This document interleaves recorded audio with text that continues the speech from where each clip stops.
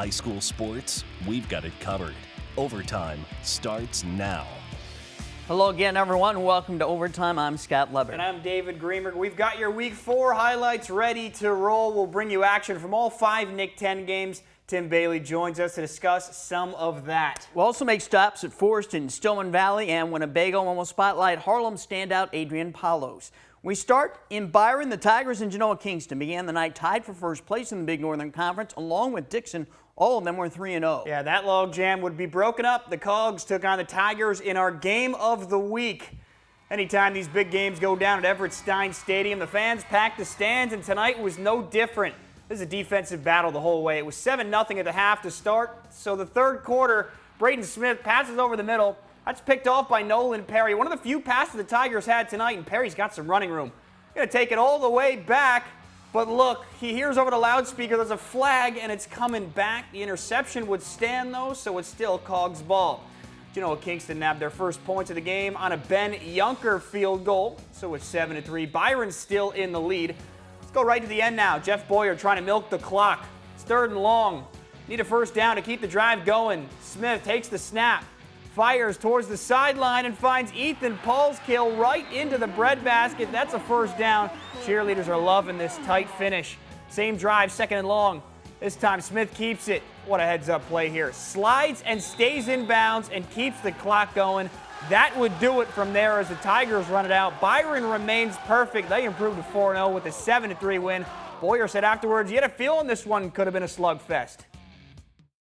We knew they were really good on defense, and we feel pretty good on defense. There's obviously some things we got to work on offensively, but we'll get better. We've gotten better since week 1, and we'll continue to improve. I think we just kept believing in each other. I mean, we knew they were going to throw everything they had at us, but at the end of the day, we just believed in each other and kept stuck to our game plan, and that came up with the win for us.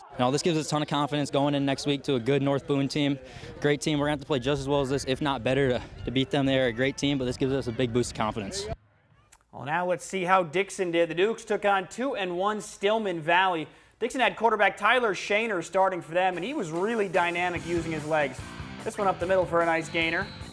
But it was Stillman who found the end zone first. A little 1-yard run to give the Cardinals a 6-0 lead.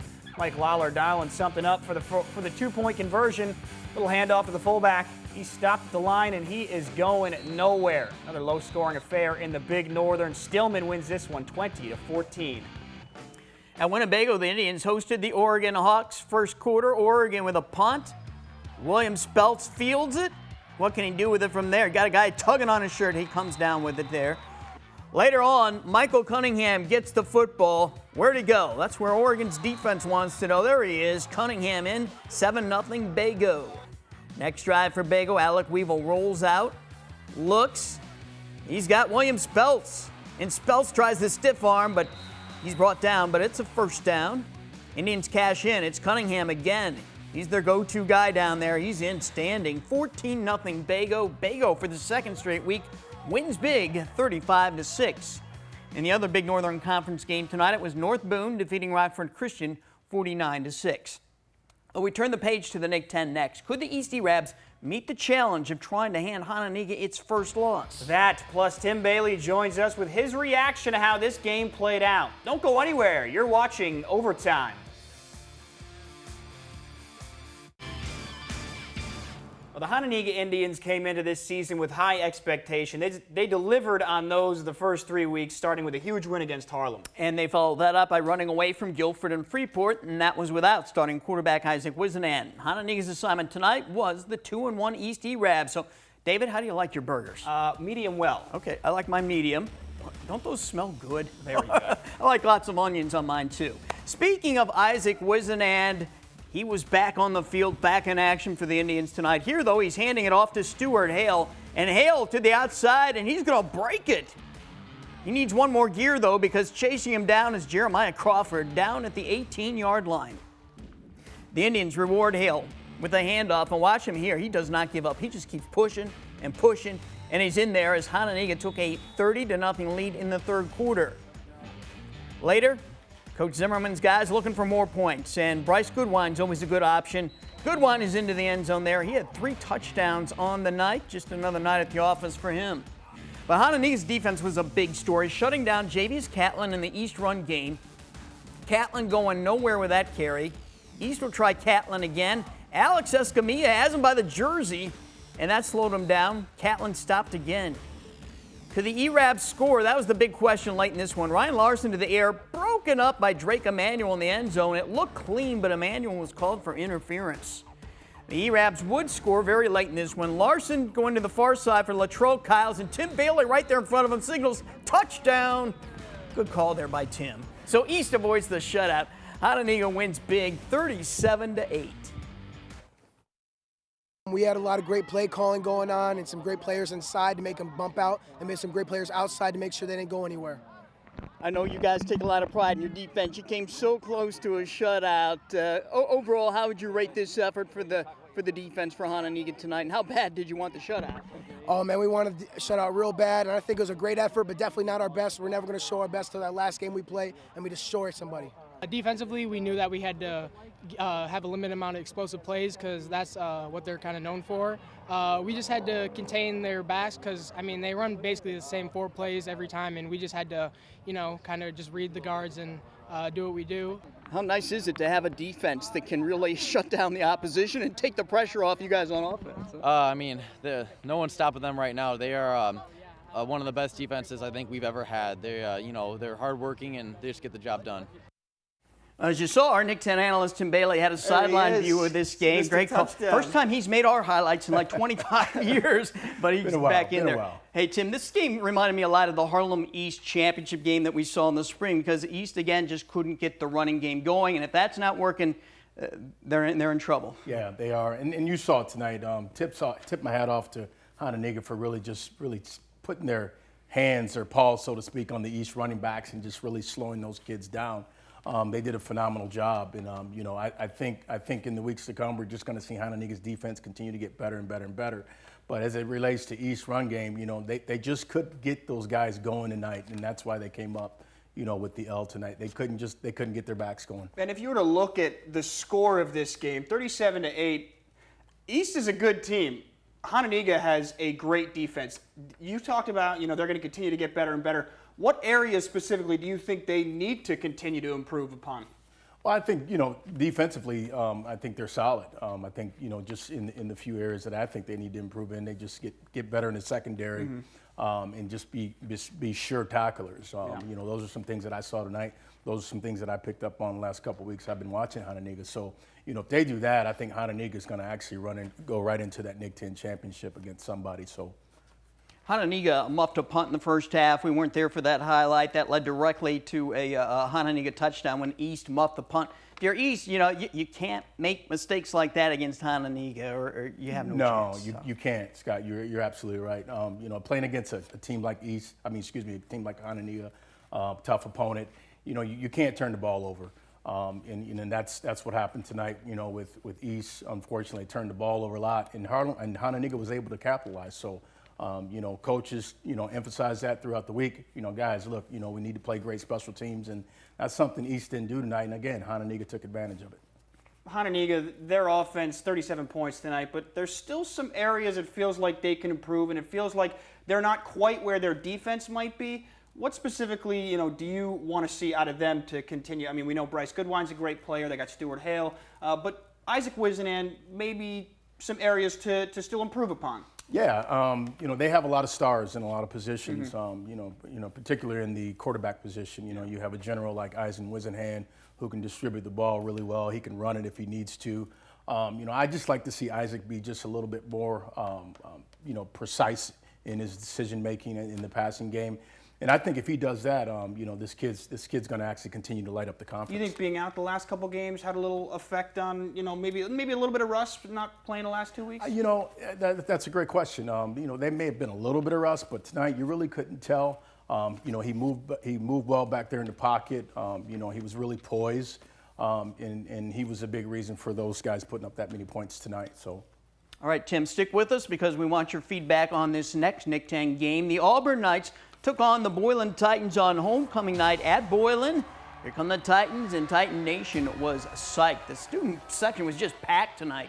Now, if you're going to run up the middle on the Titans, you got to get by Matt Logan, number 77. We ISO on him. Watch him here. You're going to shed a blocker, and then gets in there to make the tackle. He is something else. More Titan defense here. Shavian Dismuke tried to run, but Maxton Montoya was there to swallow him up. And another big play by the defense. This time it's Joey Apino with a big tackle and a little mustard on that as well. Now let's check out the offense. Mekhi Glover had himself a pretty big game.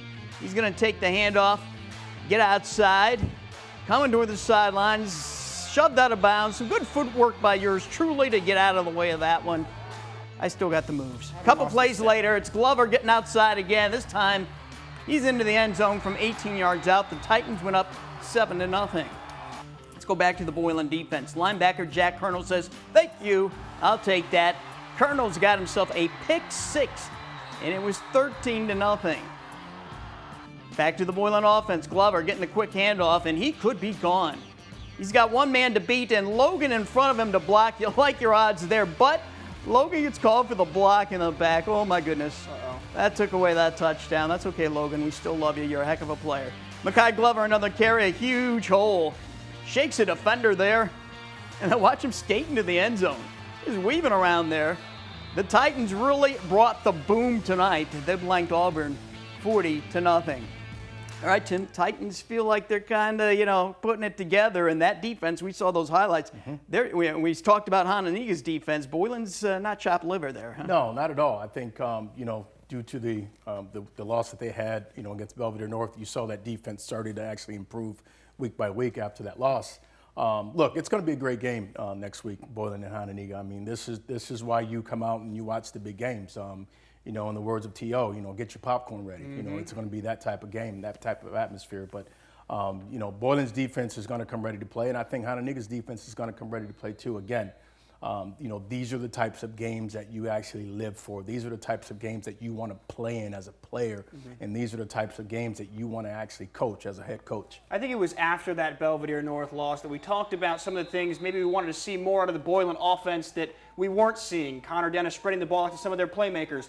Looks like we saw that more tonight, giving the ball to Mekhi Glover, guys like Joey Apino. That's one thing that they have to do moving forward. Absolutely. BOYLAN they have great coaches over there, so I'm pretty sure what they did after that loss to Belvidere North, they watched some really good film, and these are the things that we're going to have to correct in order for us to be successful going forward. And you saw for the last couple of weeks they've been putting up some good points on the board. All right, thanks, Tim. We look forward to doing this with you again next Friday night, right here. Appreciate it. All right, coming up in a bit, we're going to meet one of the Nick 10's best two-way players, Harlem's ADRIAN PALOS. But next, we head to Freeport, where PALOS and the Huskies look to take a bite out of the Pretzels. Plus, we drop in on the Battle of Belvidere. Well, the Harlem Huskies were a little salty about losing their opening game in HONONEGAH, so they have been taking it out on everyone else in their path since then. The last 2 weeks, they scored 50 and 56 points against Guilford and Jefferson. And speaking of salty, tonight the Huskies took on the Pretzels. Both these teams came in with 2-1 records. In the second quarter, Xavion Segner takes the snap to Freeport, tries to scramble, but Adrian Palos, our man, takes him down for the sack. Segner fumbles, and the Huskies recover. Harlem knocking on the door of the end zone. Palos gets the handoff. Two-way star runs up the middle for 6. That puts the Huskies ahead 35-0. Freeport now punting after going 3 and out. DeAndre Young gonna make this catch here, breaks some tackles, and look at this. Gonna take this all the way down the field to put the Huskies within striking distance. What a play by DeAndre Young. Austin Redmond now looking for more points. Takes the snap, throws, and that's intercepted by Brock Spradlin. Read that perfectly. Harlem, though, gets the big win over the Pretzels, 48-0. Well, bragging rights were on the line in Belvidere. The BUCS took on the Blue Thunder. Caden Finistan is going to be back to punt for Belvidere, but hey, it's a fake. Takes it to the right side, and it's going to work. He picks up the first down. Tony Ambrosio, love it. A big game, why not try it, huh? North would have the ball. Nico Bertolini off the handoff. He'll pick up a big chunk of yardage. And can they cash it in? Yes, they will. It's Joseph Brown. He's going to pound into the end zone. Physical play there in the community of Belvidere. A few plays later, A few drives later, it's Mason Weckler, speaking of physical, just pounding it over the middle. Great job by that O-line. North wins the Battle of Belvidere big, 42-6. At Wyeth Stadium, it was two Rockford teams hungry for their first win. Guilford against Jefferson, and Javon Jones gets the handoff. Look at it bowl over guys, breaking tackles and moving the chains for Guilford. Vikings quarterback Bryce Walker looking deep now, but he's going to get sacked. That's Joseph Alvarez. Here's Walker again. Under pressure again, but look, oh, he's going to break loose, and he's going to get it all back and then some. Nice athletic play there by Bryce Walker. And Guilford caps off the drive. Javon with a good rushing touchdown up the middle. That makes it 7-0, and Guilford would go on to score 30 more. They win this one 37-zip. In the Northwest Upstate Illini Conference, every team is still thinking about making the playoffs come October. The Dakota Indians and FORRESTON Cardinals certainly are of that mindset. These two schools have been perennial playoff schools, too many playoff appearances to count. So tonight, this was a great test for them as they went in at FORRESTON, Dakota FORRESTON. We're going to pick things up in the third quarter here. Cardinals are in the red zone. Logan Dyson feeds Matthew Beltran, who trucks into the end zone. It was 36-6 FORRESTON at that point. Dakota looking for a little spark. Thomas Bowman out of the shotgun, running out of the pocket, but nowhere to go. That's Mason Fox who rustles him down. FORRESTON coming back. It's Dyson giving it to the hot hand, Matthew Beltran. Beltran with the afterburners. There he goes. Cardinals up big, 44-6. Let's see what Dakota can do on the following kickoff. Adrian Ariano makes one man miss, and a second one, and a third one, and juking his way, and tripped up. He's still going. He is so dangerous, Ariano, but FORRESTON takes this game big, 52-6. Here's what else happened in the NUIC. It was Dupac over EPC, 50-8. Lena Winslow blanked East Dubuque, 52-0. Galena took care of Stockton, 28-14. In other games around the area, Rochelle beat Johnsburg 35-10. Sycamore took care of Ottawa 42-6. Mattia Valley over DeKalb 29-22. And Marengo all over Harvard 39-zip. In 8-man football, South Beloit wins over Hiawatha 50-24. Amboy beats West Central 60-14. Milledgeville, just too much for Blue Ridge. The Missiles win 60-8. And AFC forfeited its game with River Ridge because of a lack of players. Well, let's take another break, but don't go anywhere. Our popular Spotlight segment is next. This week we feature a young man who's been a lead dog for the Harlem Huskies now going on 3 years.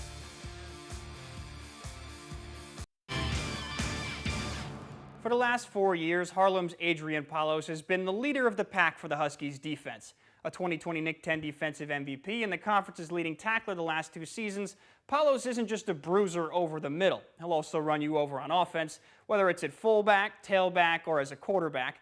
We feature him this week in our Spotlight segment. I feel like these 4 years gone by quick, and I think in the beginning, I never really cherished the moments I had with some of my teammates, and now it's my last year or last time playing with a lot of these guys, and I think it's just kind of crazy to believe. When I first took over, when I was announced the head football coach, his mom came up and talked to me a little bit and asked what I felt about playing underclassmen. And I said, if that's number 33, the linebacker that I saw at film, he'll be fine. And it's safe to say he's been more than fine. As they say, hindsight is always 20/20. That's why it's ironic Palos is wearing number 20 for his final season. It's a number that opposing teams are constantly keeping an eye out for, whether it's on offense or defense. We can play him anywhere. He's not just knocking running backs around, he's also knocking the offensive linemen, and I can assure you that every one of them has a plan for him, and he just destroys that plan. In his own words, Palos is the definition of do whatever it takes to help the team win. If it means I play quarterback, running back, it really doesn't matter where I play, as long as I'm helping the team win in some shape, I think I'm all right with it. He's a huge part of what we do defensively. He's also a huge part of what we do offensively. So, he's a true throwback type player that can play both sides of the ball and do it very well. And that is exactly what he did last season as a key contributor on a Husky team that won a perfect 6-0 and took home the program's first Nick 10 championship in nearly 3 decades. I think it was a long time coming. I mean, me, James, and a lot of all these kids that were on that team, we played together since we were kids, and coming up here, we wanted to win a Nick 10 championship sooner or later, and we ended up doing it. Since Moynihan's arrival in 2019, the culture has been reshaped. The Huskies have gone from middle of the pack to the forefront of the conference, and PALOS is a major reason for that. My freshman year is a lot different than it is now. My first 2 years, we didn't win Nick 10 championships because we weren't as close of a team as we were when we won last year. I mean, their biggest thing is we lift weights, and that's what they do. They get in the weight room, the whole group lifts weights together. The dark side, that's the defense. They're in there together just getting after it, and that's the leadership. That's their culture. That's their insignia. But unfortunately, all good things must come to an end. The clock ticking on a 4-year journey of high school varsity football. I don't think it's quite hit me yet. You know, I'm still playing these weeks by week, but I think here in a minute it's gonna really set in that it might be our last game. So to be honest, it'll probably be sad. I mean, we're gonna be going different ways and not be playing on the same team anymore. It's been a pleasure covering Adrian since really his freshman year, and I could tell, as a sophomore, he was going to blossom into a great player. Yeah, there's no question. When I saw him for the first time last year, you could just tell how physically gifted he is, and he hopes to play in college, but at the moment, he is undecided. We'll be right back after this final timeout. Each week, we spotlight a play of the week. It's the best play caught on our cameras. Going back to BOYLAN for one of those great defensive plays against the Auburn Knights. Jack Curnow, the pick six, huge play, and that is our play of the week. Well, that's our show. We'll see you next Friday. Have a great weekend, everybody.